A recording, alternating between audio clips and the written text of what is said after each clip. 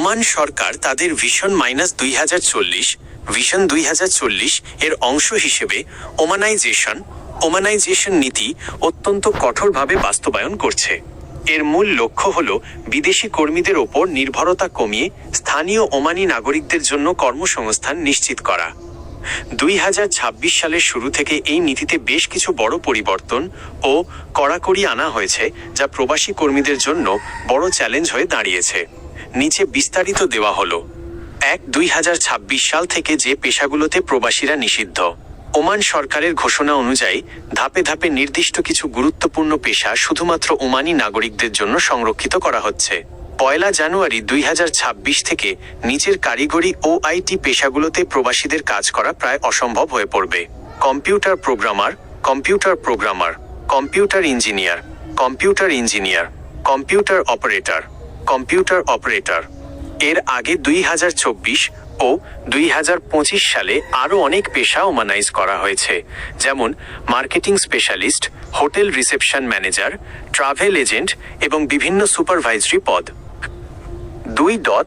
কেন ওমানিদের অগ্রাধিকার দেওয়া হচ্ছে? বেকারত্ব দূরীকরণ। ওমানি শিক্ষিত তরুণদের বড় একটি অংশ বেকার থাকায় সরকার তাদের কর্মসংস্থান নিশ্চিত করতে বেসরকারি খাতের বড় কোম্পানিগুলোকে ওমানি নিয়োগের জন্য কোটা বেঁধে দিচ্ছে। সরকারি সেক্টরে নিষেধাজ্ঞা। ওমানের সরকারি চাকরিতে এখন প্রবাসীদের নিয়োগ প্রায় শূন্যের কোঠায়। সম্প্রতি 811টি সরকারি পদের কথা জানানো হয়েছে, যেখানে প্রবাসীদের আবেদনের সুযোগ নেই বললেই চলে। কোম্পানিগুলোর ওপর কড়াকড়ি। নতুন বিদেশি মালিকানাধীন কোম্পানিগুলোকে লাইসেন্স পাওয়ার প্রথম বছরের মধ্যেই অন্তত একজন ওমানি নাগরিককে নিয়োগ দিতে হবে। 3. প্রবাসীদের জন্য বর্তমান বড় সংকটগুলো। ভিসা জটিলতা।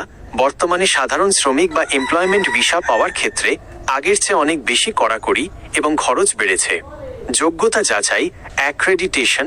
শুধু কাজ জানলেই হবে না, প্রকৌশলী বা টেকনিশিয়ান হিসেবে ওমানে ঢুকতে হলে আগে থেকেই নিজের সনদ, সার্টিফিকেট মূল্যায়ন করে ওয়ার্ক প্র্যাকটিস লাইসেন্স নিতে হচ্ছে। সনদ জাল হলে কঠোর শাস্তি। কারো সার্টিফিকেট ভুয়া ধরা পড়লে তাকে সরাসরি জেল বা দেশ থেকে আজীবনের জন্য বহিষ্কার করা হচ্ছে। 4. তাহলে কি প্রবাসীদের কোনো সুযোগ নেই? পুরোপুরি সুযোগ বন্ধ হয়নি, তবে কাজের ক্ষেত্র বদলেছে। বর্তমানে ওমানে দক্ষ কারিগরি কর্মী, যেমন মেকানিক, কনস্ট্রাকশন এক্সপার্ট, বিশেষায়িত টেকনিশিয়ান এবং চিকিৎসা খাতের কর্মীদের এখনও চাহিদা রয়েছে।